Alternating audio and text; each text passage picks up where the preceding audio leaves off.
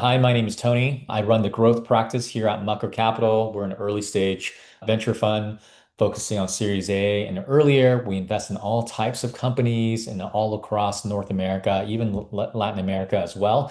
But really, the star of today's show is my friend Wes Bush. He's the founder and CEO of ProductLed. So we can't find a more perfect person for a topic like this than Wes. And I've been following Wes for a long time now, and I'm so glad that we got a chance to actually do this today. And Wes, if you guys will probably hear about it later on, he actually wrote two books on the topic of product led. And there's a special offer that I'll try not to spoil the surprise, but I kind of already did for those of you guys who are joining us. So anyway, Wes, I'm super excited to have you with us. I'm going to be taking notes. Well, we were recording this, but I will be taking notes myself because yeah, this topic is one of the hot topics that we care about a lot, and I'm looking forward to hearing your expertise. So welcome, Wes. I'll hand it over to you. Awesome. Thanks so much for the introduction. And so good to be here. Been following along with Mucker Capital too. So you guys are up to some awesome stuff for the early stage companies you help. And so a couple of things about myself, like Tony mentioned, I am a little obsessive when it comes to product-led growth. I absolutely love this. But one of the things that's different about just like our approach internally at product led, like how do we write books and they create the IP and all that stuff, is we're always looking for repeatability. Like, what are the repeatable playbooks that you can implement in your business to scale with a successful product-led motion? And so that's really why I'm hosting this, why I'm here, is because I'm really passionate about this. Like, how can we help you scale up with a product-led motion as easily as possible with as few mistakes along the journey as well? And so if you're sitting here being like, am I in the right place? Here is why product-led growth really, really matters. First thing is 97% of buyers, it's crazy, prefer to try before they buy. And so just pulse check in the chat. Is that you? Is there anybody here where it's like, please sign me up for those sales calls? I just want to be pitched. I want to see the demo. Let me know in the chat. Always curious, who we attract on some of these workshops. Yeah. So Mike, yes, try before you buy 100%. And as we kind of go ahead in tech and everything else, it's becoming more of an expectation of like, hey, I just want an easy experience. If your product's hard to use, if I can't prompt it, you know what, I'm out. And so it's becoming really, really important to just make it simple. And the other thing here too is, remember, actually, like, so about, I think it's 6 years now, PLG was kind of coined as a term. And then there was this big rush to fund all these product-led growth companies. And then there was a bigger rush across the market of like, we need PLG, we need to do it. And you know what? Most of them failed. And they failed because, well, we're going to cover some of those reasons, but there's a lot of predictable ways of how you could actually prevent this. And the other thing is really just a good reason why you should be here and stay to the end is because what we're going to talk about is how to build a product that actually drives its own growth. Your product should become your best employee. It should be able to sell itself. It should allow you to market your product better, even expand usage and do all that. So one thing before I kind of dive into the agenda for today, I just want to hear in the chat whether you would consider your company more sales-led or product-led. So if you're considering your business, like the only way you can sell is through a demo or a sales call, type 2 in the chat, so number 2. And then if you are product-led, where it's like, hey, you know what? It's completely, self-serve right now, type 1. Because I just want to know what that looks like. Steve Jones, Philip, Lee, number 2, Radesh, number 2 as well. Sarah, okay, Nelson, got one. It's Awesome. okay. Evolving from 2 to 1. Tony, that's gonna be super duper relevant too. Yeah, I'm glad I work with them, but yeah. Awesome. And yeah, but we close biggest after a few calls. Yes. Okay. So Max, this is really important because this is so common. Whenever you have a product in motion, you're like, hey, you know what? We really close the people where we talk to them. It's like, why? Why is that? There's something sneaky going on in those calls, whether it's like how you are presenting the value or communicating something that we need to replicate in the product. So this is all good news.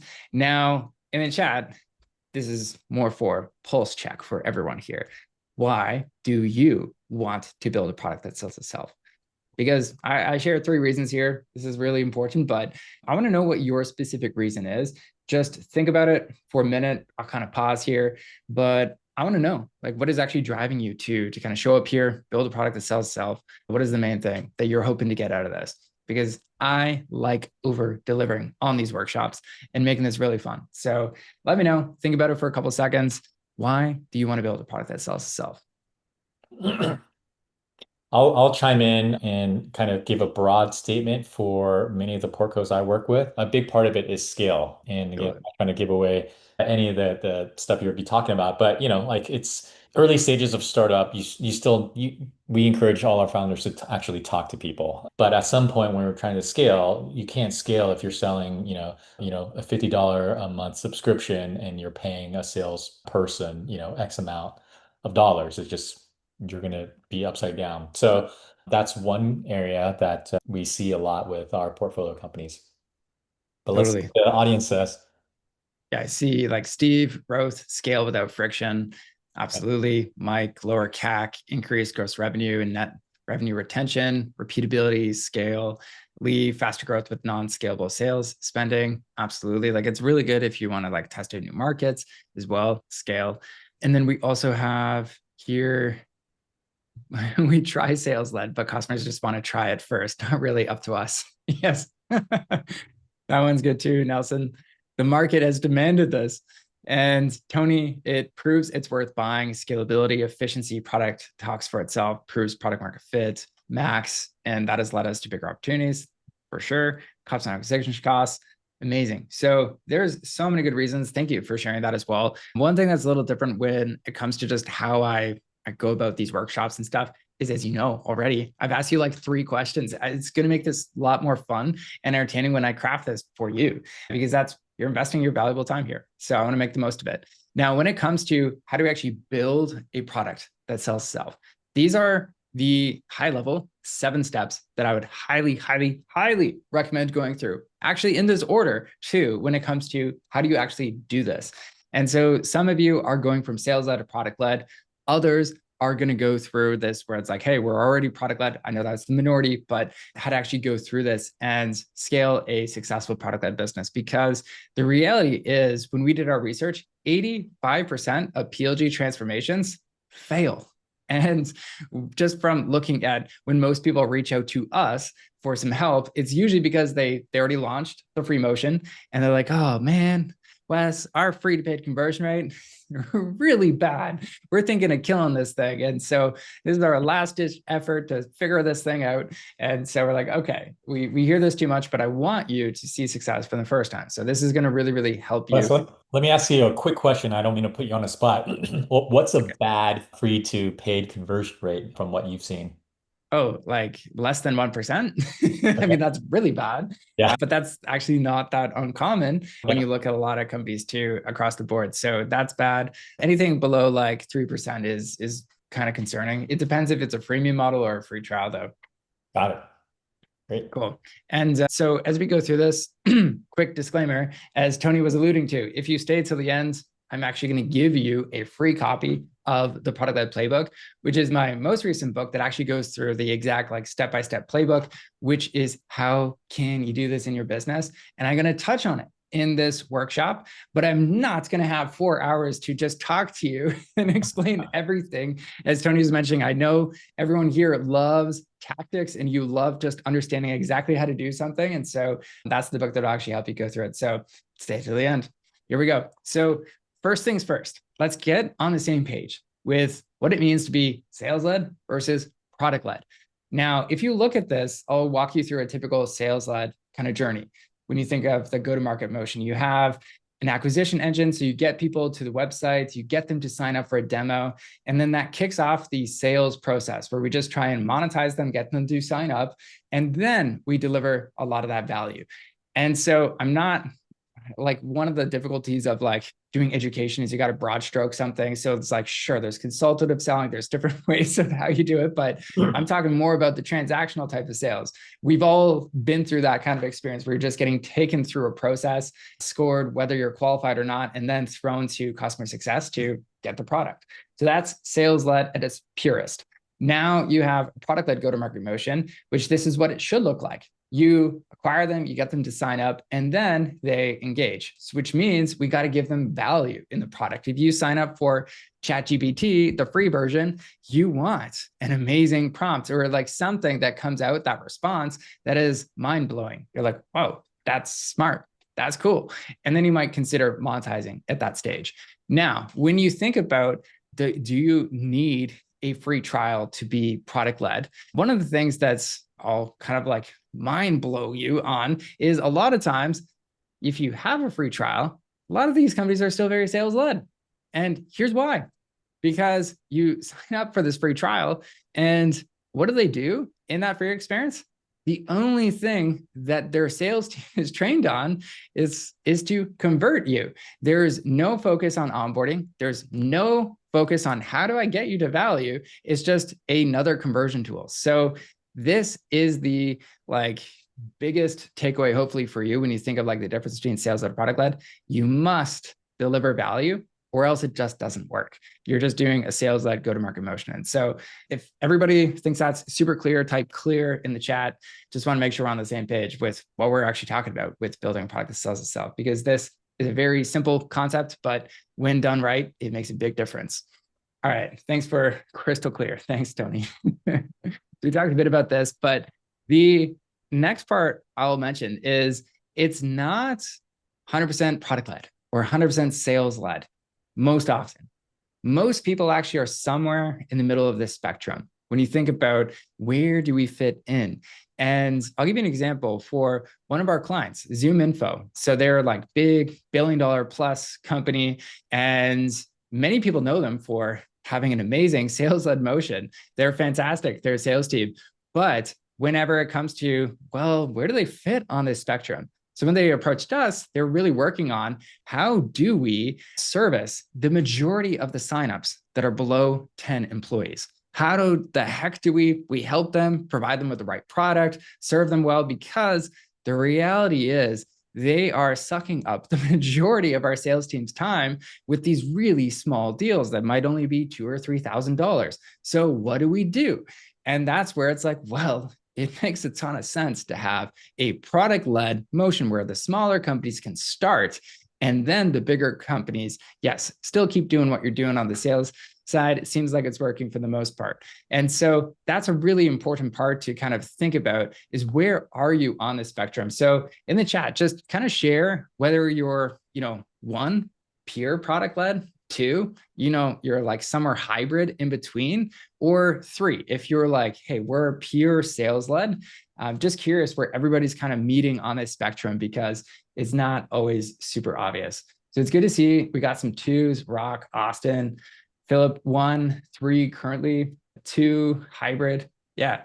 And what you'll hopefully take away from this is the majority will be 2 at the end of the day. Especially if you're a B2B software as a service business, that is where most people end up, because there's usually a very big variance in your market as well. So that's awesome to kind of see that. Now, I want to dive into those 7 steps that we're talking about of how do you actually build that product that sells itself. So the first one, if you haven't done this yet, it's first, because it's if you don't get this, the rest of the dominoes don't quite fall down. And so this is how do you get executive buy-in? So one of the most important things you have to get is your CEO's approval. So if you're the CEO here and the founder, you're like, fantastic, great, you're already bought in. But there's also a couple objections that you need to address. So the first one is like, is PLG going to like cannibalize the existing sales? So it absolutely can. So when I was at Vidyard, when we launched our free motion, and it was a free trial, the very first version, 14-day free trial. And absolutely, that's why we killed it, because it was cannibalizing sales. But we did not do the same level of segmentation that we recommended with ZoomInfo on that approach. So we learned from our lessons. Now, the second objection you got to go through is, the product is too complex for self-serve. So this is a very valid kind of objection, because it's like, you know what? You're right. It's really complex. There's a lot to do here. And if we just slap on a free trial, will it work? So in one of the future steps out of the 7, we're going to go through a PLG readiness checklist to kind of go through this and make sure, hey, like, is this the right time for you? Or is this not? And what are some things you have to do before that? Because I don't believe in just yes, no kind of answers. You got to think through them and get an educated guess on this. And so the next part is the business can't afford the development investment. So this is really, really more of a strategic choice in a lot of companies is this even a priority? What does that look like? And so as you're thinking about these kind of big pieces, let me know in the chat, what else is kind of holding you back from securing executive buy-in? If there's any specific questions, this would be really, really cool to just see if there's anything else that you can think about. I know Bradley, like that question, I can definitely go through that that's on, I think, step 6. I will bring that up as well, because that is definitely on how you roll it out. Getting the model right, huge. Yeah. But it doesn't There's a seem, good question from Mike about segmentation. Do you have any tips on how to do better segmentation from cannibalizing to protect from? oh yeah, definitely. So in step 7, like I'll go through the 4 top ways of like how you could roll it out. It's funny, I've thought of all these things, but these questions are great. Yeah, it's like teeing you up. Yeah. Yeah. Stay till the end. We've Yep. got that. Not even trying to. But all right. So it sounds like most of you got buy-in, or at least if you think you got buy-in, we can always go through any other questions you have. But the next piece we got to address is, how do you build a compelling case for PLG? So at the very beginning, you did mention, there's some of these specific things that you got, like you're wanting lower CAC, faster sales cycles, all those pieces. But I'll break it down into revenue impact, cost savings, and like total impact. So from a revenue impact, this is just looking across our clients, like what are some of those impacts? The first thing that really stands out, especially for sales led, is you'll find you have faster sales cycles. And why that is the case is because people can actually try your product, get to the value on their own. There's less convincing. It's just the product did it for you versus you having to tell them. And the other thing is you will most likely get 20, 30% more signups if you're going from sales led to product led. And the whole reason why is because people earlier on in the customer journey, they like trials more than a demo. If you're at a demo stage, you're thinking, oh yeah, I'm like actually really compelled to kind of consider this product. And you're later in the customer journey. Whereas trials is like, it's kind of casual. It's like, I'm just evaluating. Might not be serious, but if it's really good, then hell yeah, I am getting it. So there's higher margin revenue, expansion revenue automation is really, really important. And then cost savings wise, there's 44% lower customer acquisition costs. And the really big part here and why this is the case is because, once again, you're attracting people that a lot of people aren't targeting. All the B2B SaaS companies that are focused on sales-led approaches, they're usually targeting the decision makers at the top. You are going to be targeting the users, the people actually using the product. And good thing, most people aren't targeting those people, because still majority of the companies in SaaS are sales-led versus product-led. So that's a humongous advantage to go through. Now, as far as competitive advantages, there's predictable growth engine, there's gaining more market share in neglected segments. This one's really common actually when you're thinking of how do you grow your TAM, because you might be looking at some areas in your market where you're like, hey, we can't even like profitably service those people in that market because our sales team costs this much, cost of sales is this much. But if we had a product-led motion, that could totally solve it. And then we also have rapid global scale, superior product feedback are really, really helpful because you just learn so much more from the volume of users versus having, hundreds of customers versus, tens of thousands. And then viral growth, if your product allows for it, can be a massive unlock. I was just talking with the founder of Tally.so. They have 500,000 active users, and they're still only at around just under 3 million ARR, but they just have a team of 5 people. And so why they've been able to do that is they just have massive viral growth of people sharing their forms with everybody. And it's a fantastic way to go up against Typeform in their case. But then we have recession resistance. So in the chat, just let me know, like, what are some of the things that, having gone through this, you get excited about? There's also operational efficiency, but I want to just hear from you. What is the biggest kind of things where you're a little excited about when it comes to building a product that sells itself? And Lee, question on targeting users, but needing API access for functionality. Bottoms up doesn't work great. Yes, happy to come back to that one later. But for the API access, if you experience trying to bridge that gap, I'm not sure. Do you understand what they mean, Tony? Trying to bridge that gap. I think I'm guessing. Well, actually, Lee, can you clarify your question in the chat because I don't want to misinterpret it.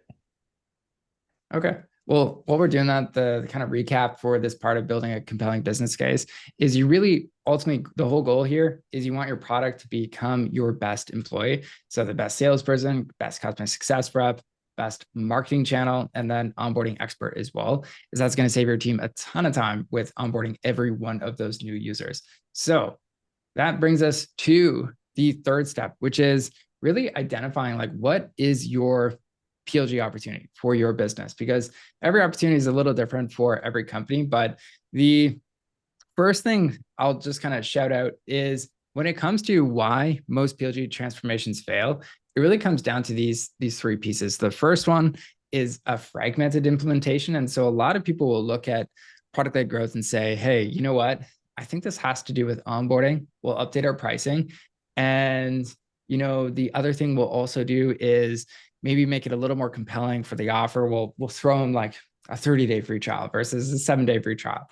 And so they just focus on those things, but they miss the core foundation pieces. That's really important to get that right. Another thing internally is, do you have somebody who actually owns product-led growth? So most times, and actually let's do a quick pulse check here, type yes or no to that question. Do you have a PLG champion in your company or not? Because that would be really, really important. Most times when it doesn't work out, there is nobody who owns it. And here's the biggest gap usually is they don't have anyone who's really in charge of getting users to value. Because especially as you go from sales led to product led, it's like, oh yeah, we've got the acquisition person, that's marketing. We got the sales people for monetization, but who owns engagement? It's not quite customer success because that's with customers. And so there's this big gap on like user onboarding, getting people to value. But Tony, it's amazing to have a PLG champion here in this room. Yeah. So Paul, that PLG champion role, it usually falls into somebody like it could be a growth product manager. It could be somebody that they know enough about product to be dangerous, but they're also kind of like they have a conversion rate optimization hat on them as well, where they're like, yeah, I can like totally test something out there. It's not quite scalable, but it's good enough to see if that works as far as getting more people to value. So they're scrappy, little technical, but not like over the top. And they're very good at being cross collaborative, since that is the name of the game for that one. And yeah, then there's product sales conflict of just making sure that sales knows what PLG is going to get them. Because like with Zoom Info as that example, what's really great about it is, you know what? The sales team initially were some resistance. And then once they start to realize, oh, I get to focus on bigger accounts and have more of my time focused on those big accounts, then they're like all for it. They're like, yeah, let the product take the small accounts. That is better for both of you. So there's quite a few challenges as well, which I can definitely share in the deck as a follow-up as well. But I'll just kind of run through some of these real quick. So there's the free trial trap as far as a challenge that you will run into, which is really just not being sure about what you're giving away for free and not giving people enough value when it comes to just what we give them away for free. Another big thing to kind of watch out for, I'll just call out analytics blindness. So this is something where a lot of companies will roll out PLG, but they don't have product analytics in place or anything. So when it comes back to answering that question, like, hey, how many people are getting to value? They don't know. And the last one I'll touch on here, because you can probably read the other ones much faster than I can go through them, but it's missing organizational capabilities. So imagine, product-led growth is, we'll call it swimming in sports, since we all understand sports. Now, sales-led growth is like running. And so it's like, yeah, there's some overlap. You're both using your legs a little bit, both swimming and running, but you have to have different capabilities. And so some of them are like, we need to not just have a okay product designer. We need to have somebody who's amazing. Like they're fantastic at user experience. And when it comes to like, the copywriting on your website, it's not just like, hey, you know what? I think we're okay with an okay person here. It's like, actually, no, like people are making the buying decision or like decision to even sign up on that page. And so you'll notice this very quickly as soon as I say it. If you look at his sales-led homepage, it's usually very short, and the whole focus is like, book a demo. We'll share everything else, how we can help you. And then you'll see a product-led homepage, and you actually get a good feel for like, what is this product? How is it going to help me? It has to answer so many more of those questions. And so making sure you have the right organizational capabilities, very often overlooked, but very, very important. So I'm hoping that'll help you avoid some of those mistakes. Hey, And Wes, yes.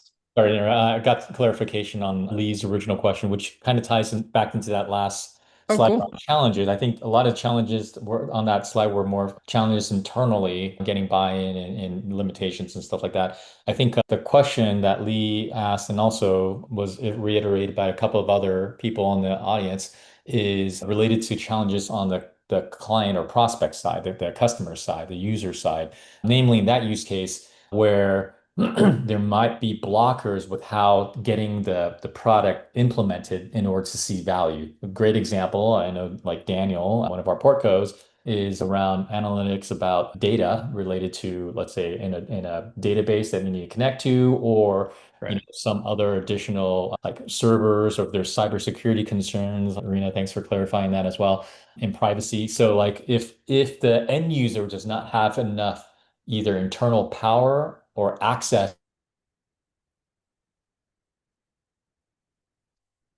at that because they're blocked at that point. Does that make sense? Yeah. No, definitely. So to reiterate, like essentially if the user does not have the power to buy the products, like what do we do? Do we still target that specific user? Is that the question? Or even to be able to implement the product to use. Like part of Oh, the okay. value Yeah. delivery is they need to hook into internal systems that the Yeah, user does totally. not have admin access to. So I can actually share like a real world example. So one of the companies I'll just go through here is AppQs. And so just since I got the inside scoop, I know it. So for AppQs, they are like our product adoption tool. And so they make it easy to kind of like click, okay, go through the product and successfully hopefully get to value. Now, the problem with that product, they were targeting product managers. And so that was all fine and dandy. And then they started realizing like some of these big enterprises like IBM and everybody else was like signing up for this product. They're like, interesting, this is amazing, like great companies. They would sign up for 3 months or so and churn. And they're like, what is going on here? So they started reaching out to these big enterprises. And you know what the issue was? It had nothing to do with the product. They're like, yeah, we just signed up and started paying because, our development cycles here take a while to actually ship anything. So, that code snippet that we needed to get into the product, that's actually taking us more than 3 months to get into the product, to even test out this product. So we just had to upgrade because your current free model, I think at that time was only like 14 days. So it wasn't giving them enough time to actually go through and see if this even made sense for them. And so what they had to do, and what I would recommend for everyone, is your free model has to address that. And so what ended up happening is they decided, hey, we need to build a usage-based model. So instead of saying, hey, you know what, it's going to be, 14 days, they said, how many users on average do you think someone would need to guide using a tool like AppQs to even see a remote difference in like, hey, this is how many people went from free to paid with this flow versus this one. And so they decided on a number around like 1,000 or a couple more thousand than that. And they said, hey, however long it takes you to do that, so be it. Could take you 3 months, could take you 6 months. We get it. And depending on if you're a startup too, that's totally different. But that way you can address that and craft a free model that really suits that really, really well. Okay. Cool. Yeah, and I'll add to that question about specifically for Lee. Lee was asking about, what happens if a product requires API connectivity to other systems that the users don't have direct access to. So maybe this kind of there's deeper conversations around, all right, what is your, ACV size looks like? If that involves, possibly can involve a hybrid motion where you Right. do go top down also to get not necessarily decision makers, but go higher up where you can get buy-in or someone to provide that access to connect to internal systems.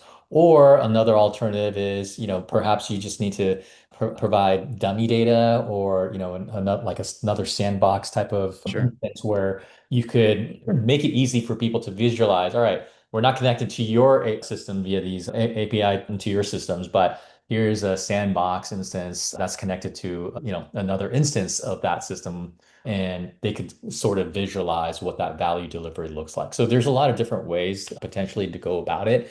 Yeah, I think it depends on the specific sort of context. Totally. I agree with that. The only like call out with that, with the sandbox though, is I'd always like resort that to your last resort Yeah. because it is when you think of like the tangible value piece, it's like, yeah, I could see it. Like, sure, you could sign up for Amplitude and then be like, okay, yeah, Yeah. that's what the data looks like. And then it's like, oh, it's totally different when you're like, I'm losing 68% of people on that one page. Yeah. Holy, like we need to make like our P1 priority for this week. That's a totally different ballgame. But yeah, I want to keep the momentum on the business impact. So we're already at step 4. This is something really, really fun as far as thinking about how do you quantify the impact of becoming product led.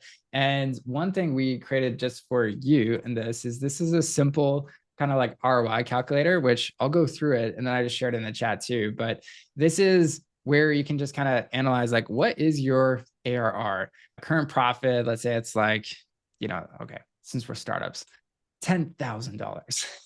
We're going all in, investing everything else. But like, how many employees do you have? Then it's like, okay, let's hope it's not more than 10 if you're at a million ARR. Your growth rate, like, what does that look like on an annual basis? Okay, like, let's say, I mean, for startups, this should be at least 100% for most companies. And then you get like your average revenue per employee, what that looks like. And then you can just go through your go-to-market metrics like, okay, for a website, how many free signups do we have? How many demo requests, accounts that reach value? How many new paying customers per month? What is the lifetime value of this? The annual churn rate? What does your average CAC look like? And then what you can go through here is really just like, what kind of team members do you have? Do you have any strategic support? Do you have a product UX designer? Do you have, a growth PM or head of PLG? Because if you don't, this all gets added to the cost that you're going to have to invest in this, because it's like, if you're wanting to do this at a really high level, there is going to be specific costs, especially for like growth PM, head of PLG to kind of be that leader. Do you have product analytics in place already? If not, okay, great. We'll add it to the cost. User onboarding tool. Do you have something like that? These are some like really simple things that you're probably not even thinking about. And then experimentation tool. Do you have something where you can just launch experiments across the site? So I'm going to assume no. And then when you go through this, it just gives you an idea of like, okay, revenue impact. What does that look like? Cost savings. What does that look like if you use sales reps right now? But then more importantly, it also has like the actual costs involved of like, what is this going to cost? What are the tool investments? It didn't show up here since I didn't do it right, but it gives you like that full view of just what this would look like on a conservative amount, realistic, aggressive. And this way you have an idea of like, what is it going to cost? And so when we created this, one of the potential clients we were working with as we were crafting this, they were like, we need something to convince the CFO. And so we finally cracked it with this. And so it's a really helpful tool for you to just kind of fill out and get a good feel for, okay, what are some of those things that we got to think about on the investment side, the project costs that are involved, and then where can we save a lot of money? Because a lot of people don't think about that piece enough. It's like, they just think of like, okay, I'm just measuring this from how much self-serve revenue are we getting from this? But it really involves a lot of efficiency back to the scalable growth. Like that's a really big piece of this. So hope that is helpful for you as you're kind of building a business case if you're still not quite on the fence or haven't convinced the rest of the team. But then the next piece I want to talk about is just how to get aligned across teams. So this one's really, really helpful, but this is actually more about PLG readiness. Switch the slides. So for deciding if you're ready for PLG or not, the first thing to kind of ask yourself is, are customers ready to self-serve and buy without speaking to sales? So most markets, like that's the case. We have met like or encountered a couple markets where, like we were working with this time tracking client and, in Germany and everything, everybody wanted to self-serve. And then they started targeting Spain. And for whatever reason in Spain, they were like, I just want to talk to you. They're like, whoa, whoa, whoa, what's going on here? So it can surprise you depending on the market you're going after. Team readiness. This is one of those other pieces we talked a bit about, is just, do we have the capabilities right now to do this well? So do we have somebody to run experiments? Do we have that PLG champion? Do we have that amazing product designer, somebody to focus on, user onboarding and launching that specific piece? And then leadership buy-in. So is your leadership team actually bought into this? Do they get it? Do they want it? Do they have the capacity for this? And then also there's the product readiness. So when it comes to your product, how easy is it to use? So I'll give you an example back to Vidyard. When we initially launched that free trial, the product wasn't like terrible. It was actually quite usable, looked kind of simple. However, we kind of made a big assumption, which was it was a video marketing analytics tool. You had to upload a video, and then you had to upload it to your website, and then you had to upload it, like connect to your marketing automation platform. Then I would know if Tony watched 50% of my video or 10. And so there was actually a lot of steps. And so we were not actually solving the initial problem, which was the beginner problem. Hey, people have a hard time creating videos. So just thinking about the product, are we solving the beginner problem for us? That's actually one of the biggest pieces we'll get into when it comes to what is the free model, because that is the 80-20 of this. And then tooling readiness. Do you have, product analytics? Do you have the user onboarding tools to make this easy, experimentation tools? And then strategic alignment with this. Is this core to your vision? And honestly, that's probably, I don't know why that one's last, but it's one of the most important pieces here, which is whenever we talk to potential clients where they're thinking about like, hey, should I go product led or not? I'm like, what's your big vision? Like, if you think about Canva, how the heck would you democratize design for anyone if you weren't product led? Like, it would be really, really hard. You have to make it easy for anyone to use. And so one thing cool we built out here is just this PLG readiness assessment. So I can share the link here too if you want it. But in this assessment, this really just goes through those questions, but in more depth for each of those 6 categories. And I'll give you a score at the end of like, hey, this is like yellow, proceed with caution, or like green, like, hey, don't worry about it. You're like totally ready. And you should definitely move forward with it. So I hope that's helpful on the PLG readiness. Now we get into the tactical part, which is, how the heck do we roll this out well? So even if you have like one, you said, hey, we're already product led, this is going to be hopefully a game changer. So in the latest book I wrote, the product-led playbook, it basically unpacked this whole product-led system, which is the fastest way to really see success with product-led growth. So both of these basically go through the same thing. It's just different visual. This is like phase one, unshakable foundation. And so at the very beginning of how do you roll out product-led growth, the very first piece is you got to go through like, how does this connect to our strategy? So how is this going to help us win in the market? Is it because we're going to become the easiest to use? Is it viral effects? What does that look like? How is it going to make us really, really compete in our space? And then what we have next is you got to get really clear on who's the user. Now, for all the people that said, I'm sales led right now, you probably know the buyer really well, but who is the ideal user? That person where they're going to pick up your product, try for free, get set up. They're a little maybe more technical, where they're like the ones actually using it and seeing success with it. And so that's really helpful knowledge at the very beginning, because you got to get clear on like, what is their job to be done? What are their biggest challenges of seeing success? And like Tony mentioned, there is sometimes other blockers that are outside of the product. Like, it's really hard for them to get buy-in from their boss, or they need to work with developers in order to install this. And so jotting down those specific challenges is key, because the next part is really just, how do you craft an intentional model? And this is where I go back to that Vidyard story of, what is that beginner problem that everyone in your market struggles with? That is the biggest unlock for free models, is you have to solve that beginner problem that everyone struggles with in your market. And so for us at Vidyard, it was like, people struggle with making videos. So we created a Chrome extension, made it easy to record a video. When you send it out to somebody, boom, you get notified, hey, they watched 80% of that video. And it's so cool when you're like, whoa, that's fascinating.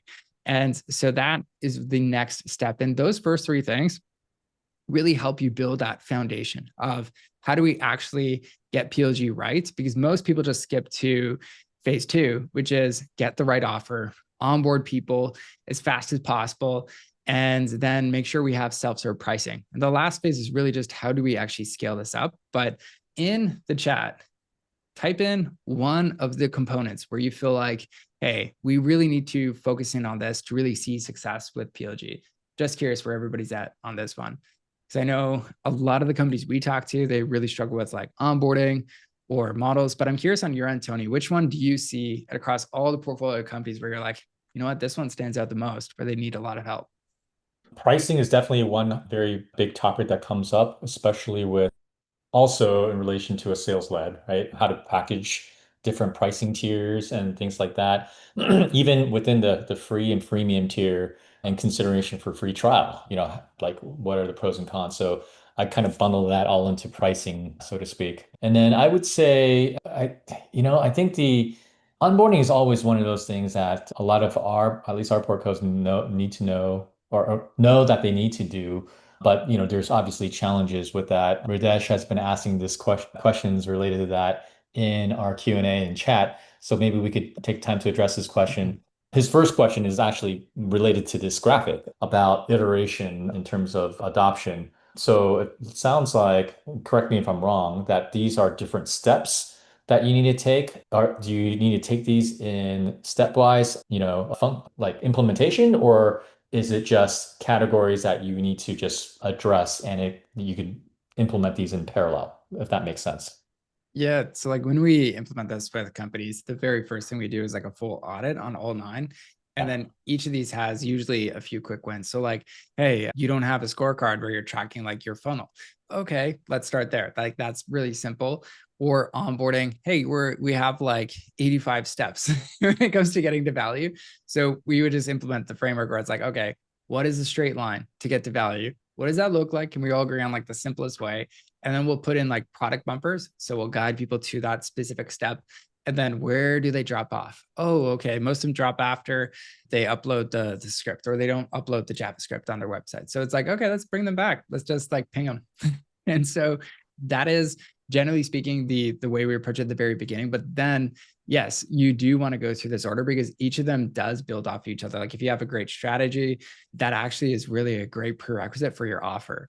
If you get clear in your model, well, actually that's the first skew on your pricing. So it's like, and it's the next part of like you said, pricing is difficult because it is very connected with the model and whatever value metrics you decide, like, hey, we're going to give away like, let's say 1,000 free subscribers or something like that. It's like, well, okay, then the next plan should have subscribers as the main value metric, and we charge based on that. So yeah, that's all super well connected. And for everyone that stays to the end, you get the free book that actually goes through all these things. So if you're like, oh, I struggle with the onboarding or pricing, rest assured, every one of these has a beautiful kind of like framework you go through to get a lot of value quickly, because that's goal, tactical. Awesome. So we got like one last step, and this is going to answer some of your questions about like, how do we actually roll this out, especially if you're sales led? And even if you're product led right now, this would be really relevant. And these are what I call the easiest ways to scale up PLG in your company. So the first one, which is what I was referring to with Zoom Info. So they're wanting to go product led, but they have a good sales led motion. So how do you do this? This is the SMB segment separation strategy. And it's really straightforward. You can even do this from your demo request forms where you ask, hey, how many employees do you have? And if they say, hey, 0 to 10 or something like that, or self-employed, you could just even start there. Boom. Hey, we've created a trial for you. Here you go. And you can test it out right then and there. And it's a really low risk way where you're not going to be risking the big accounts, but the small ones, hey, they're going to have a great self-serve experience.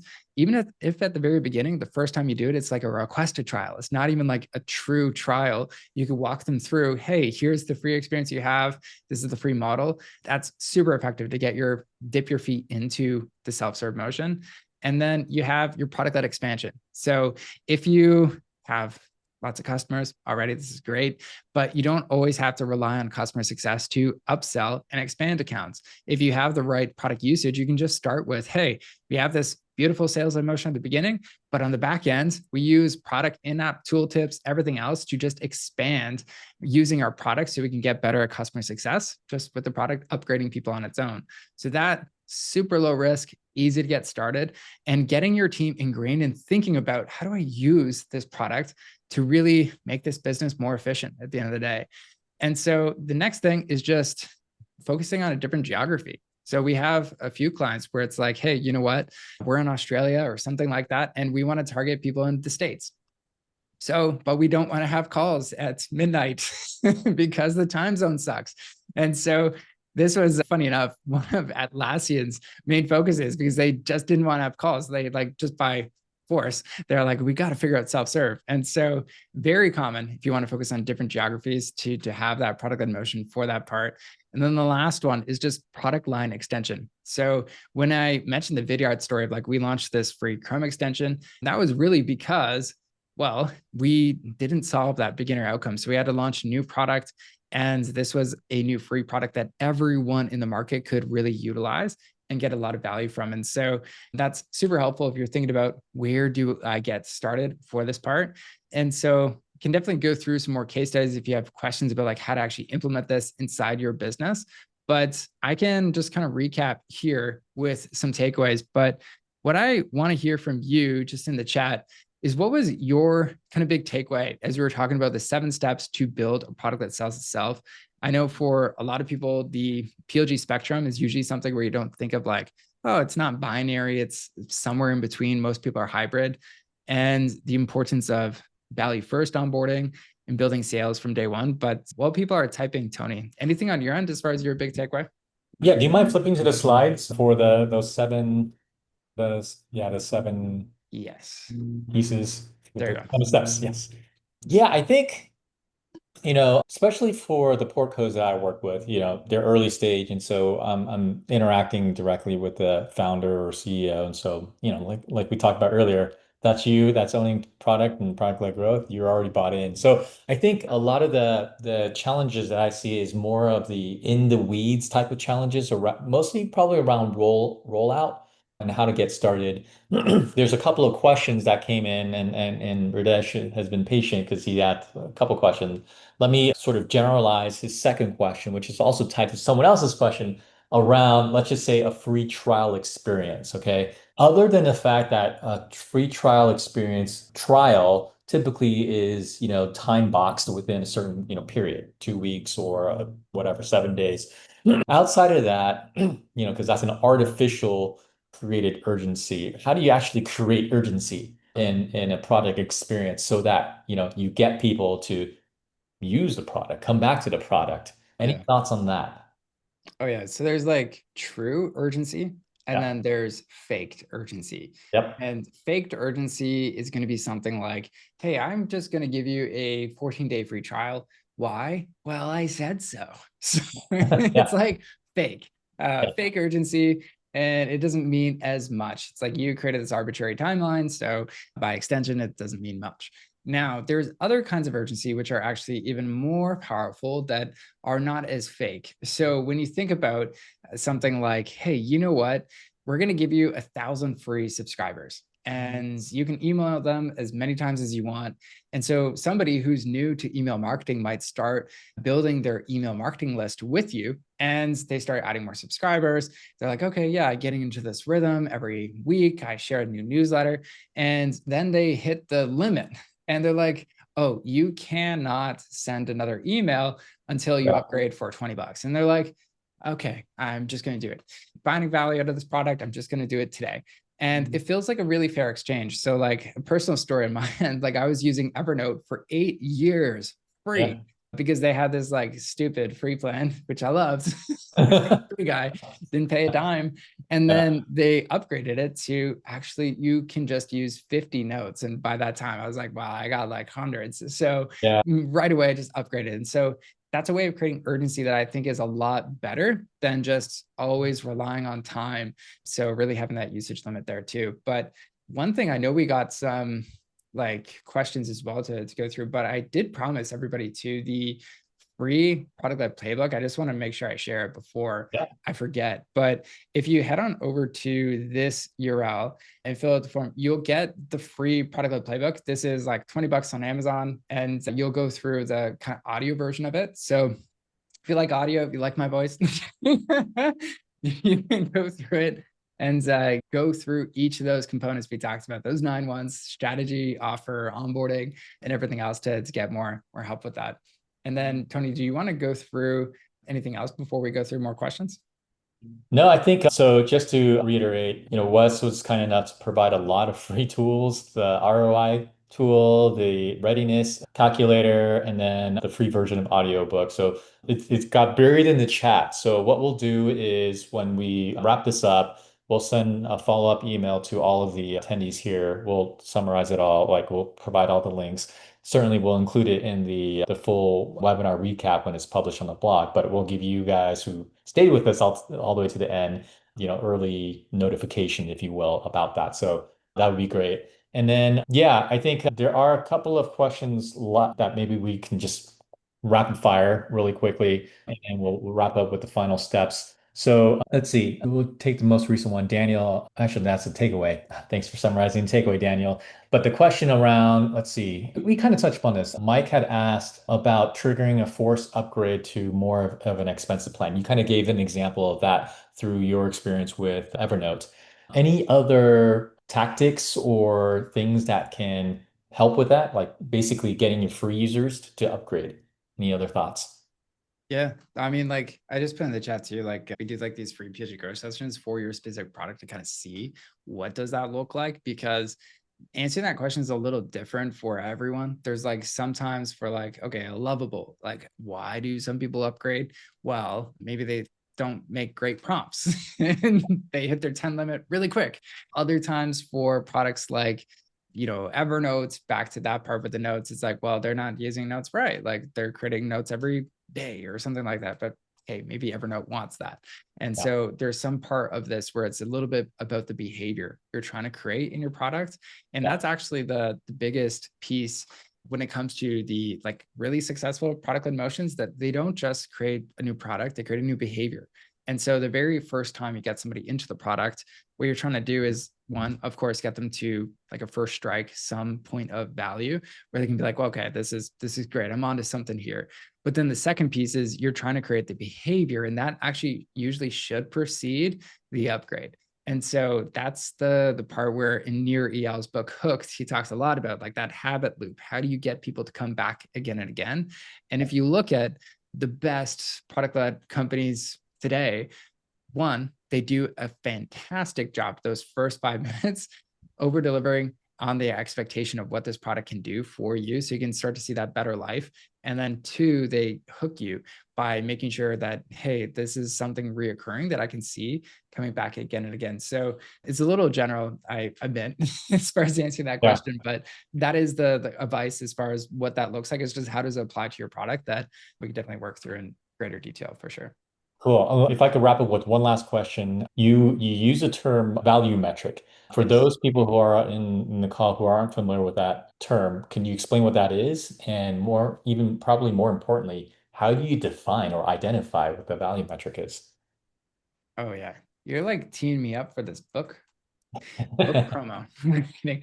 But Not actually, planned. I'll share behind the scenes on the book, because the first part, this is all like I love this question, and I think the framework we have here really goes through this in pretty good detail. So I'll give everybody the TLDR on the value metric piece, because this isn't just important for your pricing model, it's actually very important when it comes to how do you decide, how do you price, how much do you give away for free. So this is literally the book you would get access to. But the first part is literally value metrics, because like it's super important, the value ladder framework. So the first part is like, of course, if you're wondering like, what is it?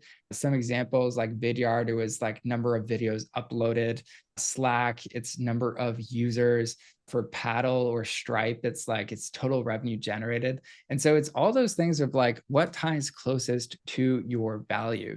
That's what it looks like. But what you have to make sure is it's like simple to understand? Do people actually get it? Is it aligned with the core value of the product? Can you enforce it? Is it scalable? And then we definitely go through like how to actually find it for your business here and go through that like scratch pad, if you will, of like, okay, are those conditions true? And then you could decide like the how much do you give away for each of those. But yeah, is there anything else there you want to dive into, Tony? No, I think it's great. So you said this is available to people via the Yeah, so in audiobook? the this is like the audio version of that, but it's the same thing. I'm going through that as well. Perfect. Awesome. Okay. Yeah, So the audiobook version is free for everyone. Awesome. All right. We're up at time. Let's wrap up. So first of all, if you guys have been joining us every month for these type of growth series sessions, we do these again every month. If you have, do you mind pulling up that slide, Wes, just so yep, people can see for that? sure. Thank you. If there are any particular topics that you would like to see us cover, email Justin@muckercapital.com. We already have sort of like a roadmap of, things, these sessions lined up for the next couple of months. We're always open to new ideas. Okay. Secondly, Wes already dropped this in, which is a link to get basically a free growth session with him or his team. So definitely go to that link. We'll follow up in an email as well. You can also message me directly if you are a Mucker Portco, as well as reach out to your Mucker advisor if you need additional help on topic of PLG. Lastly, if you are a founder and need additional help as well as capital, we do run an accelerator program. We also just do, straight investments, but we like to get very hands-on with our founders and actually work with you on stuff like product-led growth. So I encourage you guys to go and apply if you are a founder looking for more help, and obviously reach out to Wes specifically if you have help on PLG. Wes, this is amazing. Thank you again for spending time with our community. Really appreciate it.